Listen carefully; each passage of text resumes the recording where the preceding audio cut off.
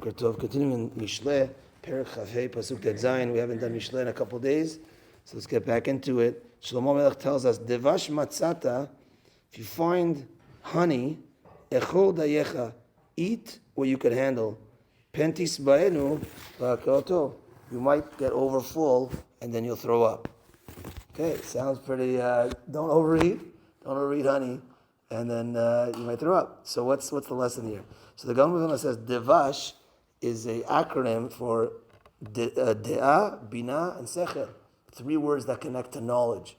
So what he's telling us, Shlomo Melech, is as follows. Of course, amassing knowledge and amassing Torah is unbelievable, but when you project yourself like as if higher than you are, everyone has a certain amount of knowledge. So, but you have to know where you are in your knowledge level. If you are level 1 and you think you're level 10 and you hang out with the level 10s, it's not going to work out for you. You're going to end up throwing up what you have. You're going to realize that this is not. Don't overstep where you're meant to be. Keep on growing, but don't overstep. Al telech begdulot uniflot mimecha. Don't go on a pretend you're higher and then you're gonna end up falling. People are gonna recognize you're not. People like to be in the higher group. Oh, look, I'm a guy who just has a bachelor's. He would love to hang around with the people with the PhDs, but the people with PhDs recognize this guy's got a bachelor's only, and they could put him down. And he could just throw it all away, right? So, know your role, recognize where you are, but keep on growing from there. One more pasuk. Lift up your legs from your friend's house. Maybe he'll get too full of you and he'll hate you. Meaning, don't hang around in your friend's house too much. You might overstay your visit and he's not going to like you anymore. You're there for too long. I was actually speaking to someone yesterday, and he's going through renovations. So he's staying at his parents' house. And it's just a known thing. However good your parents are, however good the kids are, there's a certain time, a certain threshold. I think it's maybe a month. After that, it just can't go anymore. It just can't. As good as your parents are, as good as the kids are, it's just very, very difficult. So here as well, certainly in a friend's house, you might overstay, and then it's not good.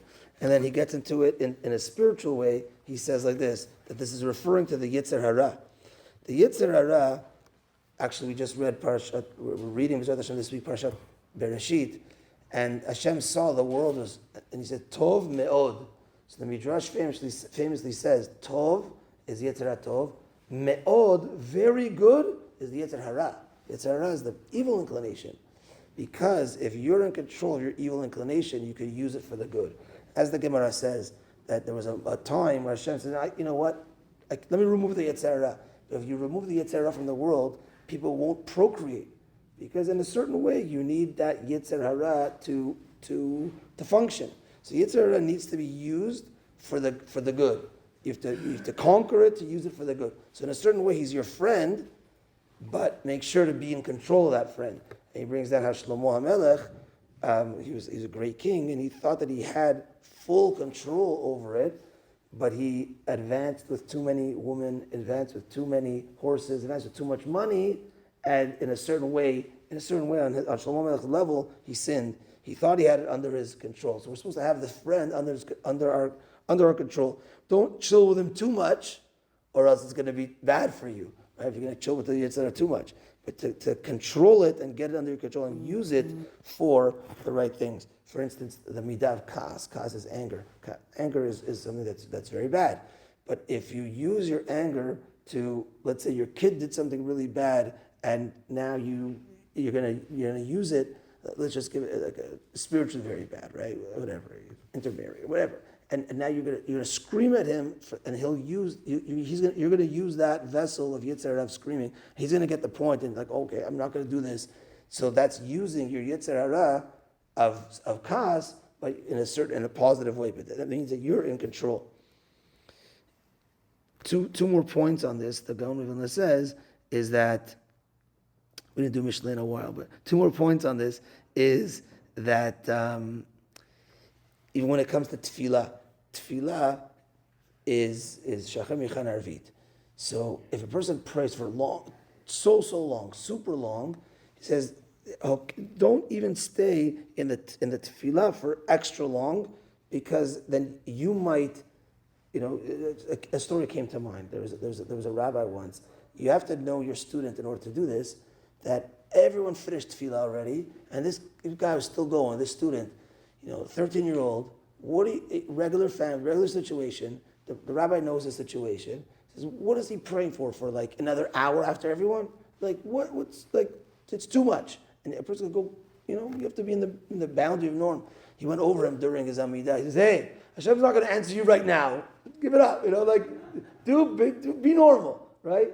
So there's also that level that you have to be in the realm of normal. And the last is, in the time of the Bet HaMikdash, is that a person should stay away from sinning. Obviously, we always have to stay away from sinning. Because back in the day when a person sinned, and he did sins, even by accident, he would have to bring animals to the Bet HaMikdash. So if you're going to be constantly bringing animals to the Bet HaMikdash, it's going to be too much for you. You're going to just let the whole thing go. So the Bet HaMikdash is the holiest place in the world. I want to be here all the time. But if you're going to be there all the time bringing the sacrifices, every single day, it might be too much for you. You're like, every day I got to travel from wherever I lived every day. So obviously don't sin, and you won't have to, you're going to go there 3 times a year. Hashem wants us to be there Pesach, Shavuot, and Sukkot. Not every single day. It's a good thing. It's not, but hey, you might get too in your friend's house. A friend is my good friend, but don't stay in your friend's house too long. You might come to Chas v'Shalom, throw it up. So it's an important lesson to be in the boundary of norm when it comes to even in Torah things, to be in the boundary of norm and use the Yetzer Hara in the proper way. Baruch Adonai Le'olam, Amen v'Amen. Rabbi Chananya, ben HaKadosh Yetzak Kadosh Baruch Hu Lizakot, Edis Leficha Chir Ba'alem Torah Mitzvah Shneimar, Adonai Chafetz Man Tzidko, Yagdil Torah ve'Yadir Kaddish Al Yisrael.